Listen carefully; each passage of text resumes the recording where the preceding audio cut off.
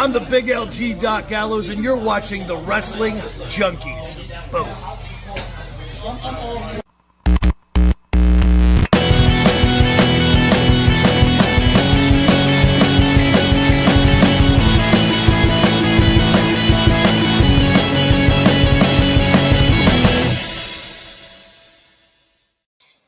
What's up, everybody? Welcome back to the Wrestling Junkies Podcast. I'm Mr. Cincinnati. As always, I'm joined by that handsome devil, the podcast dad. Choops, how we doing, buddy? I'm good. It's almost time. I got one more day, and I will be in Red Bank, Tennessee. I love it. I've only got two, but I feel like they're going to fly. Next thing you know, it's going to be SCI weekend, our favorite weekend of the year. We get to hang out. We get to bring Mr. Ramsey and the podcast mom to hang out with us. I'm pretty psyched about this, man. Mr. Ramsey needs a nickname. Yeah, we'll come up with something. Well, Mr. Cincinnati, the podcast mom, the podcast dad, and thighs. No, not that one. no. Absolutely not. You're a dick. Unnecessary. But anyway, it's good to see you, man. We've got a lot to talk about here. We've got an incredible guest, so we're not going to take up too much time. But as always, thank you for joining us tonight. You can find us on X, TikTok, and Buzzer at Junkies Pod. You can like us on Facebook, follow us on Instagram at Wrestling Junkies Pod. But most importantly, please do us a huge favor and subscribe to our YouTube channel, Podcast Dad. We're on our way to 1,000 subscribers. Hit them with that magic number. One. Just pull up a seat to that table. Because if I say something else, Mr. Cincinnati will giggle. The table over there is looking pretty empty, so come join the party. We're gonna have fun. Like I said, big weekend ahead of us. You're not gonna want to miss it. We got some stuff coming down the pike that I'm super excited for. And again, probably my favorite year in wrestling is what SCI has turned me into. So subscribe to see everything that we go do. Yeah. Be on the lookout for some exclusive interviews and coverage across our socials of SCI this weekend. Also, show some love to our friends at Turnbuckle. You can find them on X at official TRNBCKL. Fastest growing wrestling community out there. Join the Discord server. Sign up for Turnbuckle Gold. You can get rundowns of Raw, SmackDown, major PLEs. It's a way to be a part of the conversation even as the show goes off the air. Also, shout out to our friends at Body Slam. You can give them a follow at Body Slam Net, as well as The Scrap at The Scrap News. As Podcast Dad has mentioned, this is SCI week, so we have a number of incredible guests. One will be joining us in just a moment. But tomorrow you can catch the Night Zero preview featuring Jaden Newman and Jamison Shook, 7 p.m. Eastern on Body Slam. The former IWTV World Tag Team Champions reunited once again to talk about everybody's favorite weekend in independent wrestling. We will also be joined by Jordan Cruz, who will be talking Pride Style coming up, as well as Santino Brothers LA Rumble. And tomorrow night, 8 p.m. Eastern, over here on our YouTube channel, you can find our SCI first round preview with Effie making his Wrestling Junkies debut. It's a big week with a number of incredible guests, so we hope that you join us. I'm excited, and I don't know if I can say much more about. We got a lot of good people lined up to do some interviews, and you don't want to miss it, especially tonight. We got one that I'm not gonna lie, I'm terrified. So. Well, you may be terrified, Podcast Dad, but tonight I am excited to welcome someone who's making his Wrestling Junkies debut. But if you've been following independent wrestling over the past several years, you already know exactly who he is. Known as The Problem, Isaiah Broner has earned a reputation as one of the most respected competitors on today's independent wrestling scene.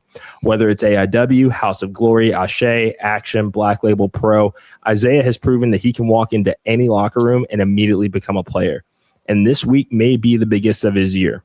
On Thursday, he'll compete at Produce Volume 2 in New Jersey before heading to Chattanooga for his first ever Scenic City Invitational, where he'll square off against the relentless Dimitri Alexandrov in one of the tournament's most anticipated opening round matches.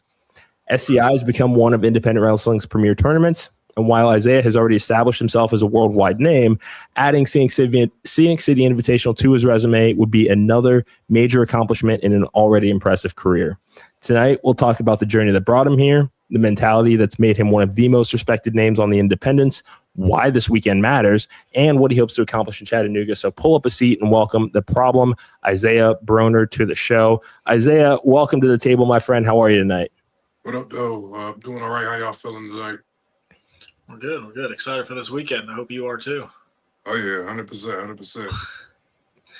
Good enough. Well, Isaiah, let's get in it. For Wrestling Junkies viewers who are meeting you for the first time tonight, who is Isaiah Broner? Straight out of Detroit, Michigan. 6'1", 270. Used to play football. Been wanting to do this my whole life, like wanted to wrestle my whole life, man. So what you see is what you get, man. I'm me. Like, just try to be straight and out, no nonsense. I'm like a bully out there. So everything you see out there, that's just me, man. Like, it's no other way to put it, man. I want to win. And anywhere I go, I want to win. So that's my mentality. It's hard not to be a bully when you're built like a house. Detroit has produced some incredible wrestlers over the years. How did growing up both shape you as a wrestler and then shape you as a man? As a man, it's just survival, man. Like, one wrong step, man, and it could be a wrap for you. You know what I'm saying? So, just learning to be conscious and cognizant of your surroundings and who you're around and stuff like that.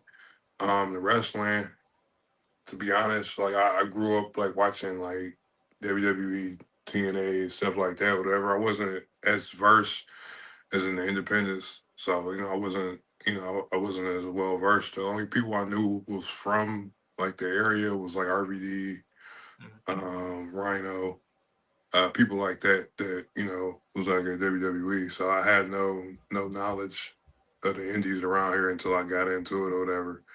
So once I got in the indies, started doing my research and just try to carry on the tradition that they put out there for me. Yeah, and I mean, looking at your resume, AIW, I mean, you've had an incredible match, I believe, against Nick Gage last weekend. House of Glory, Ashe, Action, Producers coming up. What's one opportunity looking back that really changed the trajectory of your career? Wrestling Minoru Suzuki. Yeah. That'll do it. That was crazy, man. Like, just saying that sentence. Yeah, man, it's just crazy. Like, a lot of people don't know, like, leading up to that, like, that year, I tore my right Achilles that year. So I've torn both of them. Wow. And I tore my right Achilles before. So I was like working my way back from an injury, and I just got a little momentum going. And they brung him in. I didn't think I was gonna get the match, to be honest with you.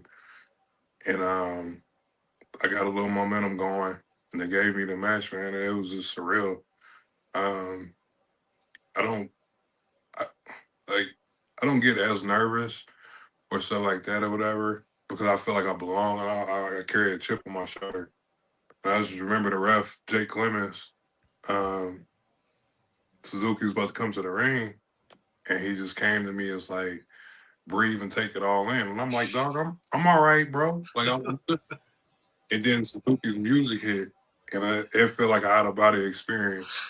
So I can't even describe it, man. So that was just like, that was huge, man. And then the reception I got from that match, man, like it really boosted my confidence, and it further made me believe I can belong here. I deserve every opportunity I get. Hell yeah. Was that the moment that you realized, hey, this is going to be a career for me, or was it something earlier on that you thought, okay, like No. I get this and I can do this? I always like when I transitioned to start training wrestling, I felt it came across natural. Like I said, I played football my whole life, but wrestling felt way more natural. But yeah, the Suzuki was like, yeah, I deserve, like it's something here. Like I can make a living off this. Yeah, it was that moment. And then I wrestled Eddie Kingston, I want to say like 2 months later. Mm-hmm. So everything just came back to back, man. And I was like, okay, like I deserve to be here. Yeah, and one thing that stands out, we listed a number of promotions you worked for, and I'm sure that we're forgetting dozens other, but I mean the common denominator is that promoters across the world continue to bring you back. What do you think has aided you in building that reputation of somebody that promoters want in their locker room? I'll come in, I do my job. I listen, I'm coachable. And at the end of the day, it's as much as it's an individual sport, it's not always about me. You know what I'm saying? So it's a show. So you bring me in to do my part on your show.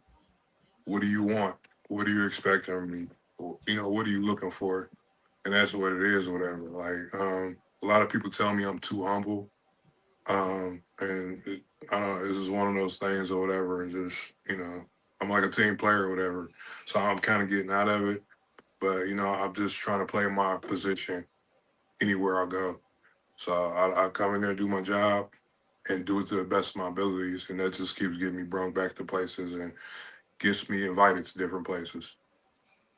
Yeah, humble's a good word. You just said you wrestled Minoru Suzuki and Eddie Kingston back to back, and you just act like it was nothing. Like that's a huge fucking deal. Give yourself some credit, man.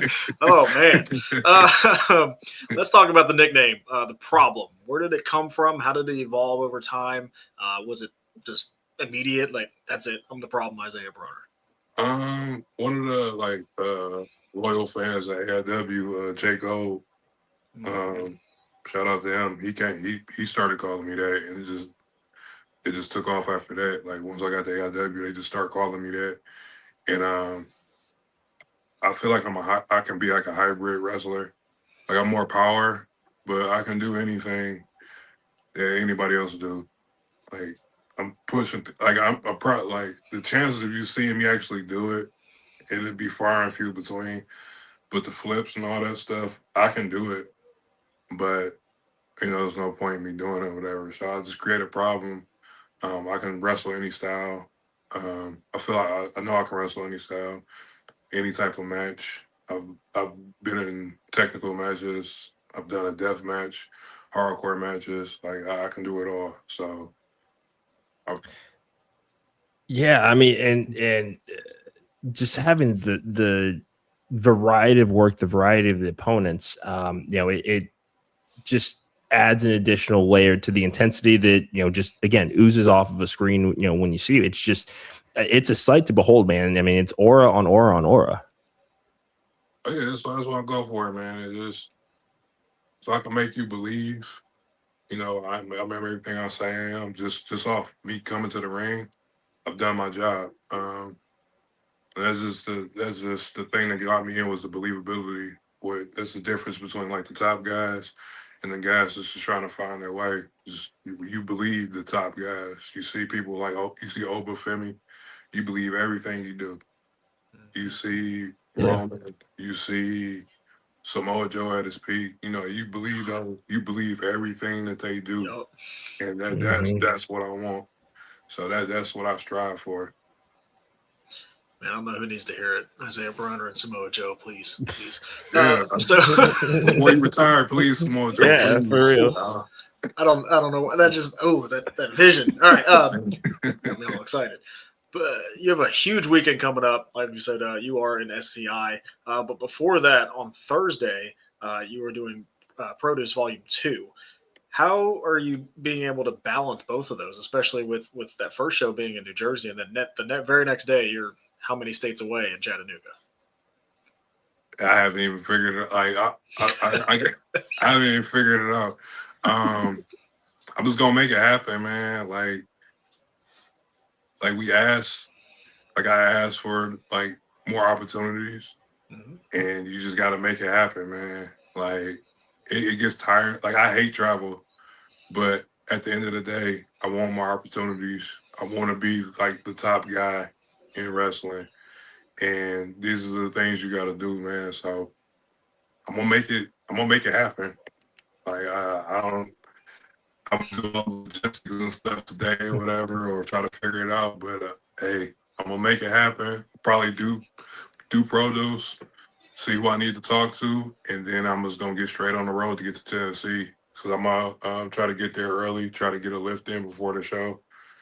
My usual, get a lift, get a workout in, do the show, go lay down, wake up the next day, same thing all over again. And Isaiah, I mean, this will be our third year that we've gone to SCI, and there's a lot of action that happens in those 2 days. Does your preparation change physically or mentally, knowing that you're looking at multiple matches in a 3-day span? Not really. Just I'm just mentally preparing myself to go the distance. Like, I think if you carry yourself that way, or you're expecting to, I'm expecting to win. So I'm preparing myself mentally to do whatever I got to do physically. That's why I go into the gym, taking care of myself, make sure I got the right nutrition, make sure I get in the bed, all that recovery and all that stuff. I'm already prepared for it. So it ain't going to be easy, but I'm preparing for it. So SCI has become one of the most respected tournaments in independent wrestling currently. As someone who's already established, like, people know Isaiah Broner, Mm-hmm. what does winning SCI represent for you? For those who don't know me, some people that may be in that market that don't know me or are not familiar with me, you never get a second chance at a first impression. So me winning that, I want to win everything. So I've been seeing the SCI tournament for since I started. I've been trying to get in there. So it means a lot to me because I want to win it. And I've seen what it's done for other people. I've seen what it did for Manders. And they launched him on the indies, and he's all over the world. Like, I want that.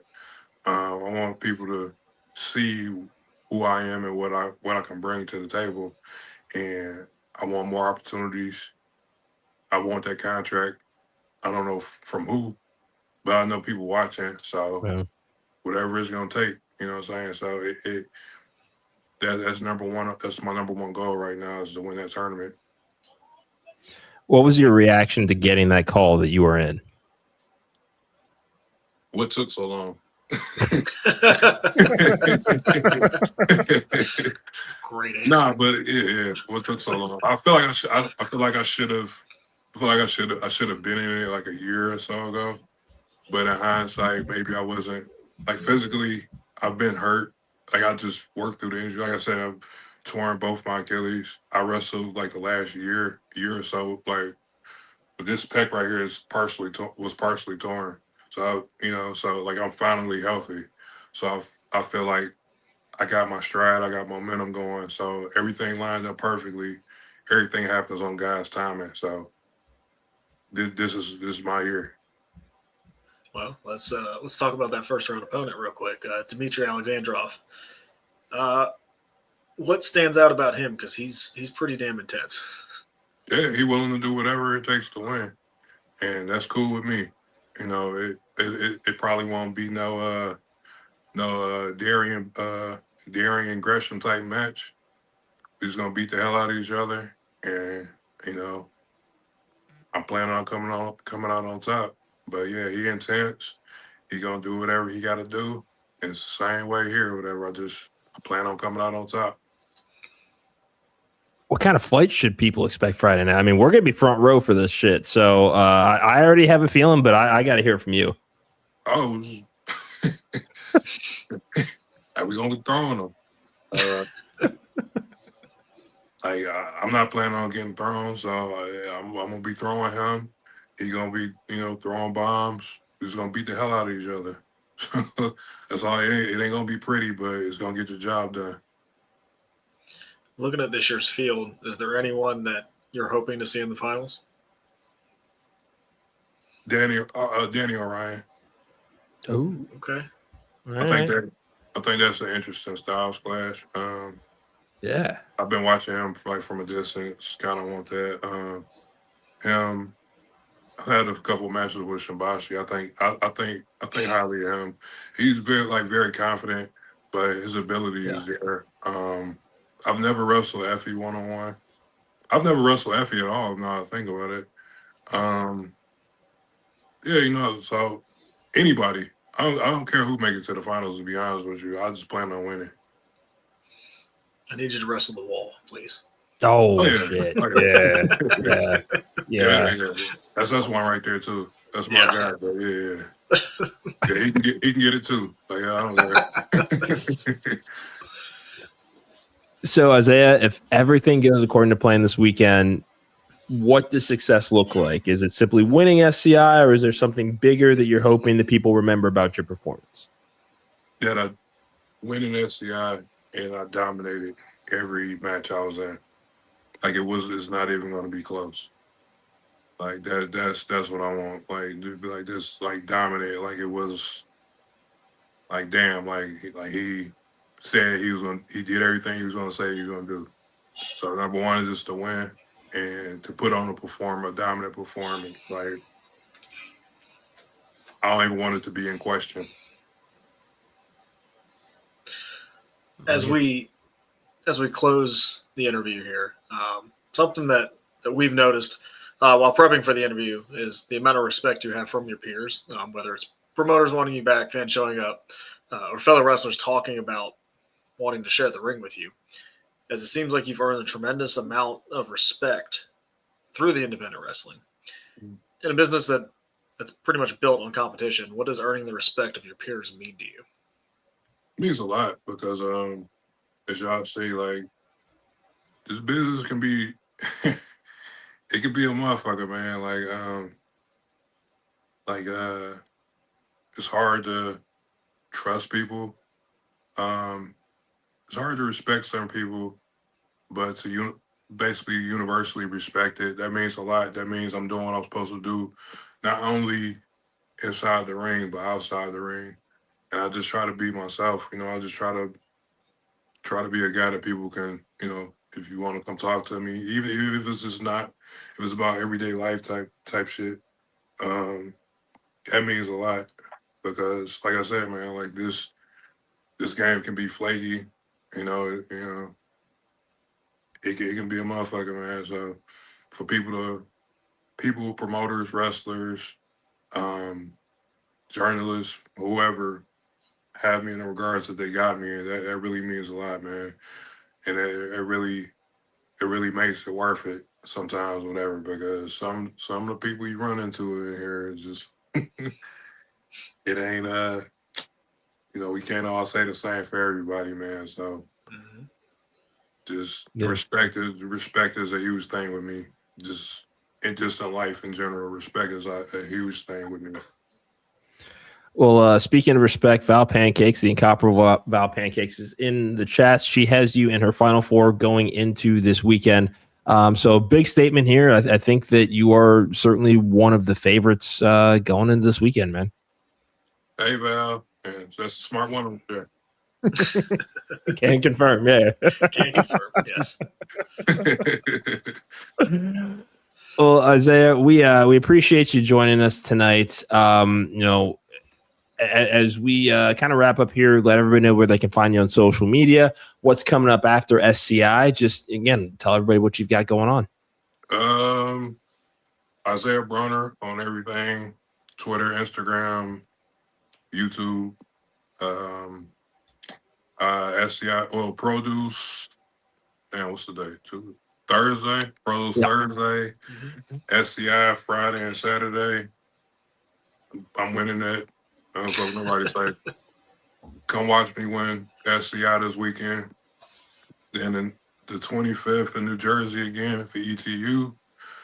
The Key Championship on the line. Another tournament. Oh yeah, you were announced for that. Yeah. Oh yeah, I'm winning that too.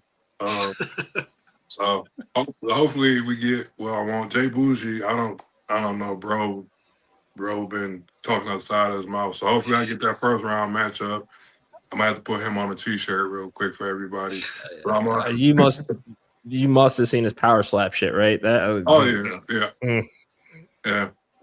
I'm not even worried about that. I love the confidence. Isaiah, thank you again for joining us tonight. Best of luck on Thursday, and can't wait to meet you in person this weekend, man. Yes, sir. Get y'all. Thank you. Absolutely. Take care. Yep. Thank you again to Isaiah Broner for joining us. I mean, dude just oozes intensity, aura. We've gone through all the opening round matches. We've talked about this quite a bit. This is, dude. I mean, we've seen some great SCI matches. This could be the deepest field yet. It's very good. It's it's great because the names we just mentioned, like even he mentioned Danny O'Ryan, Shimbashi, The Wall, Effie, Isaiah Mackenzie Broner, Morgan. Anakin Murphy. Like there's so many great names in here. We forgot some as well, but like so many great names. I will go to my grave and say that I was able to make Isaiah Broner chuckle. That's not easy. That's not easy. That's not that easy. That is an accomplishment that I may put on my resume at this point, folks. Like that is.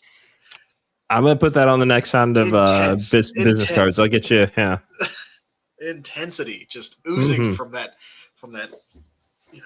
apartment complex of a man. So I'm excited. I'm very, very excited.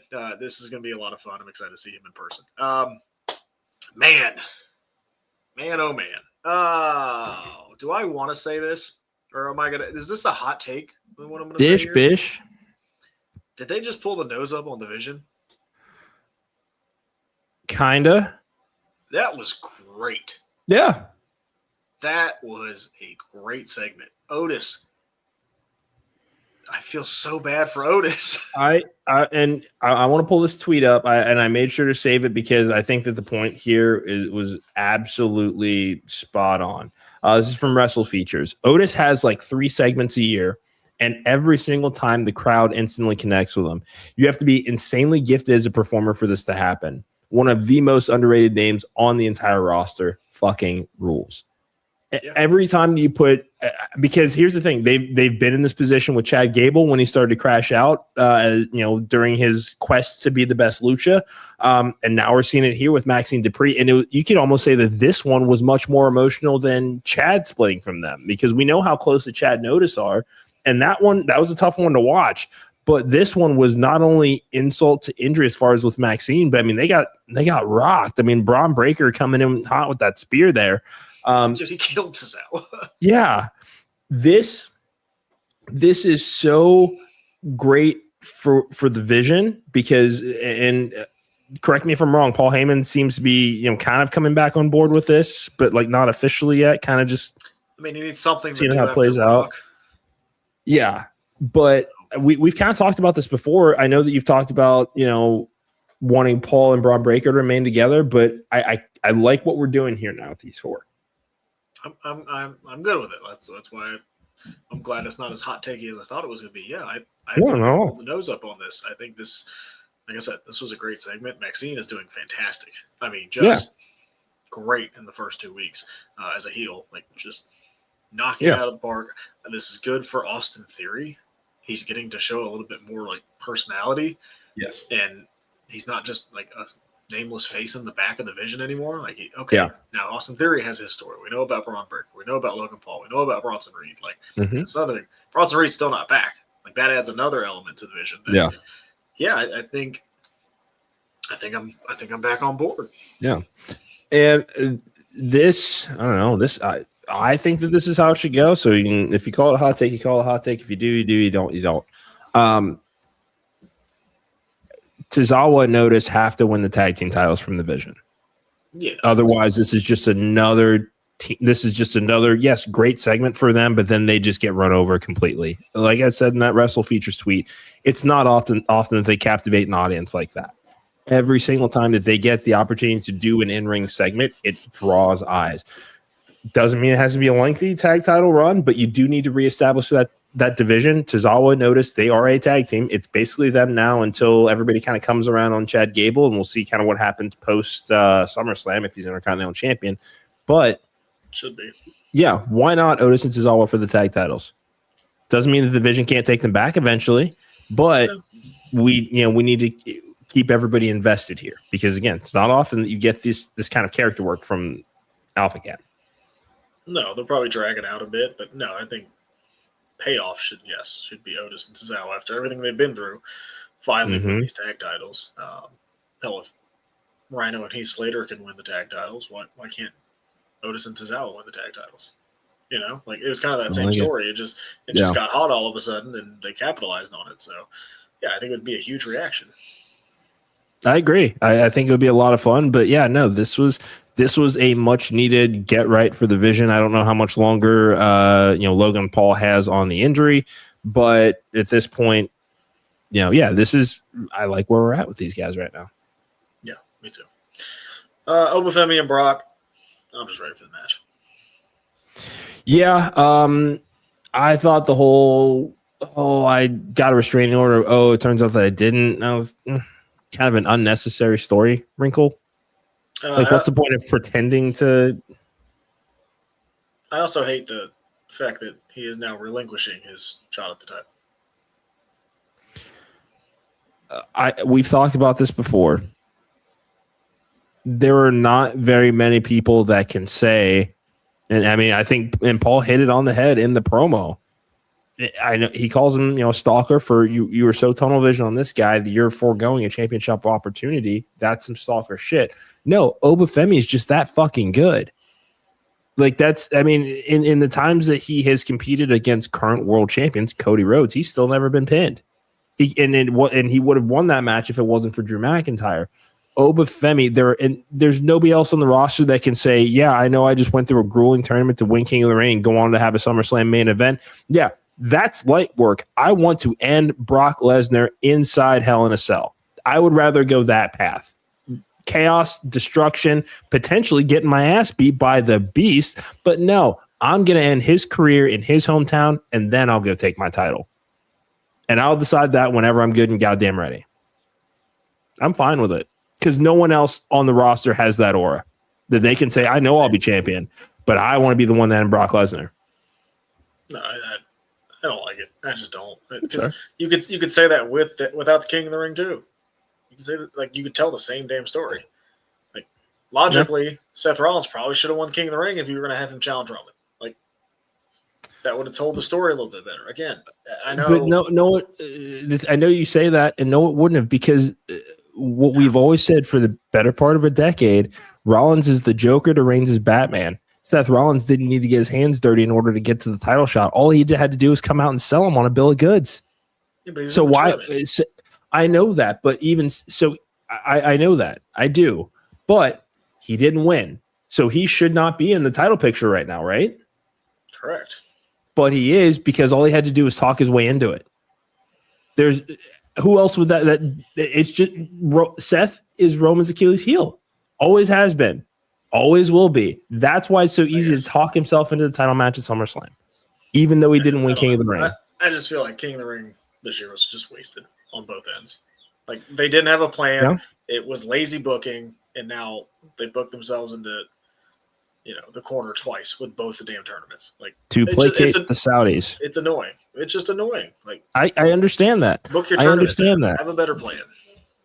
When it's meant for one specific purpose, the same way that Crown Jewel Championship is not mentioned outside of November, it's the same fucking thing. Well, then take the stipulation about getting a title shot at SummerSlam. Like, take that off. Card subject to change, pal. Just take it off. Just take it off. Card subject to change. I just think it's lazy. It might be. Hopefully Chad Gable wins the damn IC title. They need to capitalize on this. Yeah, they did. They need to capitalize on this, though. I need this. Yeah. I know you wanted to see him go in first, but I liked the order that we got. Yeah, I'm good. I was good with it. Like, he won. It would have been cool to see that Iron Man story. Of course it would have. But he won. He won. So that's what we needed. Have the moment. It's a layup. It's a layup. Just take it. The Usos and Fatu take on Royce Keys, LA Knight, and Solo Sikoa at SummerSlam. All I hear is that Royce Keys and LA Knight have matches at SummerSlam. I love Solo Sikoa as a face. It's not bad. I love it, dude. It's working. There's a lot more of his personality in it. Yeah, he's such a good person. He's so funny, and he's witty as shit. Like, I think it's going to be great for him. The thing is, it still doesn't feel like the Usos and Fatu are necessarily heels, though. No, But it feels like babyface and shade of gray. Like it's not necessarily that's that what the bloodline's always been. Yeah. Well, not necessarily. Unfortunately. Well, I mean, they were getting cheered. Like, I don't know. Not always, though. Lyra. Oof. Holy. Okay. That was awesome. That was, yeah. I didn't expect that at all. I like that we kind of seen this like descent into cast, which is ironic because this is how we thought Bayley would end up snap. Like we thought she would snap and she would be the one that needed to kind of come back to reality. But yeah, the plot twist is a nice touch. No, it's really good. And this is going to do a lot for Lyra, who has kind of just been the bird girl for a while. Mm-hmm. And kind of she came to the main roster, had a good IC title run, and just kind of fell back into the background, right? Because it was that white meat babyface kind of thing. But yeah, this is good. I'm excited for this. Yeah, I mean, it's very similar to Bayley. Gimmick, what we knew she could work. It was just the gimmick of the hugger was only going to have so much life. I am disappointed. Yeah, I'm disappointed that they announced that match for Saturday night's main event. Sure. And not SummerSlam. I understand. They probably deserve a spot on SummerSlam, especially if Rhea's not going to be able to wrestle. Like, yeah, there's a spot open, and this is a good story. And who's to say that they won't potentially run this back? I mean, they might, but it's WWE. You know how they do. I know, but at this point, we have to look at it as they have a handful of tentpole matches. But if there's anything between PLEs, such as Saturday Night's main event, they're going to book to that Saturday Night's main event before they get to. It's just a very kind of lockstep sort of system that they've essentially just said this is the default now. Do you think they're going to keep doing this once they have to get off of Peacock?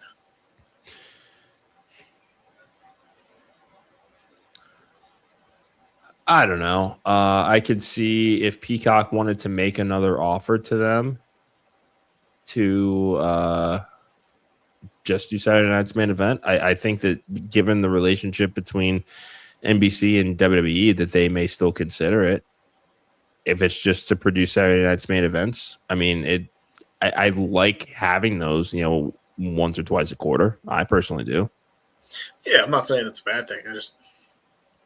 I don't know if it continues after this. Like, be interesting to see if they like the model, if they're making money off of it. I mean, if they're getting talent that are not getting on the PLEs, but at least they're getting on some kind of show that feels a little bit bigger than a weekly television show. Like, I like the idea.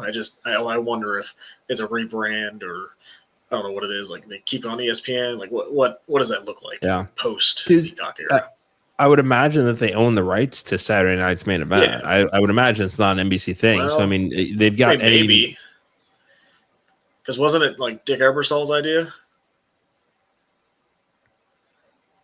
Yeah, I think, about the time. As a way to do some replacement programming for SNL or some shit back in the day, I think. But, so maybe he came up with it kind of thing. Like, I don't know. They might. They 100% might. But maybe they want to go away from it with it being, hey, this has always been associated with NBC. So maybe they want to, what was the synergy? Have synergy with ESPN. I don't know. NXT, who will become the number one contender for the women's championship? Who's in this match again? So we have Kaylee Armstrong, Lola Vice, and Kalani Jordan.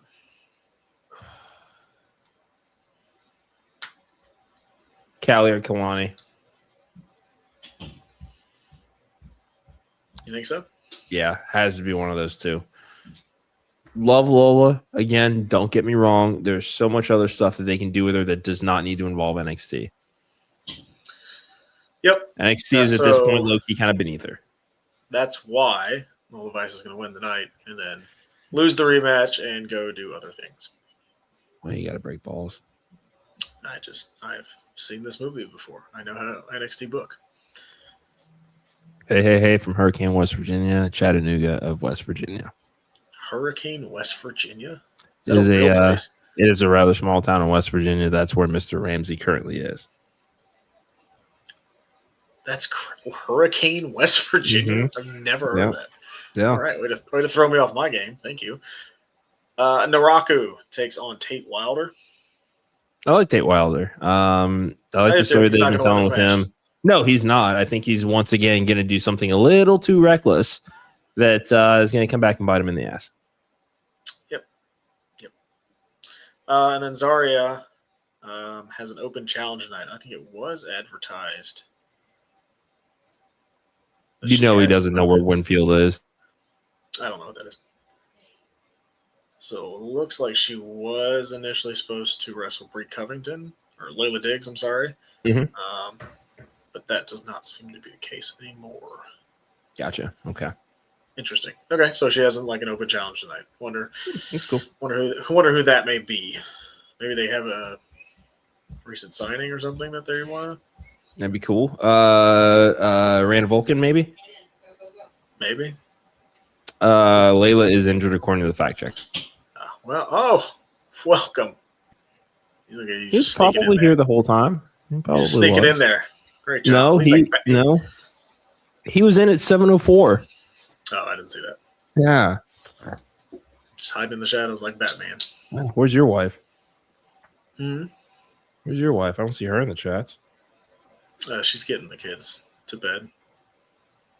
This is why. 0-1. Sorry, I said a podcast mom. This is why I can do what we do right now. It's because the podcast mom is not in the chats because she is dealing with the uses on the outside of this door here. So you, my friend, may apologize and acknowledge the podcast mom for taking a shot. I acknowledge you, podcast mom. You know that we love you, but what's a little light ribbing among friends? Disrespect the podcast mom. I didn't disrespect her. We do have a fans bring the weapon. Yeah, what are you guys bringing? I don't know, but she might hit you with it.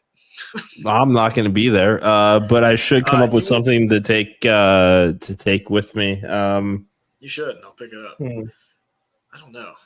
I Yeah, don't know if I'll bring this. anything from my house, but I don't know. There's got to be something around here. I come up with something. Yeah, it's cool. It's gonna be fun. I'm pumped. It is great weekend of wrestling. It should be a frame photo of the Junkies and just yeah. Holy crap! Tomorrow, I don't know if you guys know this. We got a lot going on. A lot going on tomorrow. A lot going on. So we have our TWE Night Zero preview with Jaden Newman and Jameson Shook, 7 p.m. Eastern on Body Slam. Of course, Jameson, the curator of what's going to be a just delightfully bloody deathmatch card. Jaden Newman on the call for SCI weekend, along with sweet, sexy Rob Weathers. We've also got Jordan Cruz joining us. He's going to talk about Pride Style as well as Santino Brothers LA Rumble. That's also going to be on Body Slam, but at 8 p.m. Eastern right here back on the Wrestling Junkies YouTube channel. We're going to continue our SCI first round preview with Effie. You read that right. Effie will be joining the Wrestling Junkies for the first time tomorrow night, 8 p.m. Eastern. Hop in those chats. Let's have some fun. We got a chat from Val here. Respect Podcast, man. I'm looking forward to hanging out with her over the weekend. I love this. God. It's going to be so much fun. She is going to lose her mind when she sees this comment, Val, because I swear every day she asks, is Val going to be there? Do you think Val liked me? Is Val going to be there? Yeah. Dude, I'm telling you, it's going to be a lot of fun. I'm so excited for this. I really it is. Yeah, no, this is our favorite weekend of the year. We get to hang out with old friends, meet new ones. We get to hang out with Tiffany, Queen of the Indies, for the first time in person, finally. Podcast Mom gets to go. Mr. Ramsey's going to join us. We'll get to have some drinks with Matt Griffin, Scott Hensley. I think it's going to be a great fucking weekend. His name is Thighs. No, it's not. No, it's not. Mr. Thighs. No, it's not. No, it's not. No, I can't believe I just fucking told you. Hugo Thighs. Nope. Ooh, I like Hugo Thighs. No.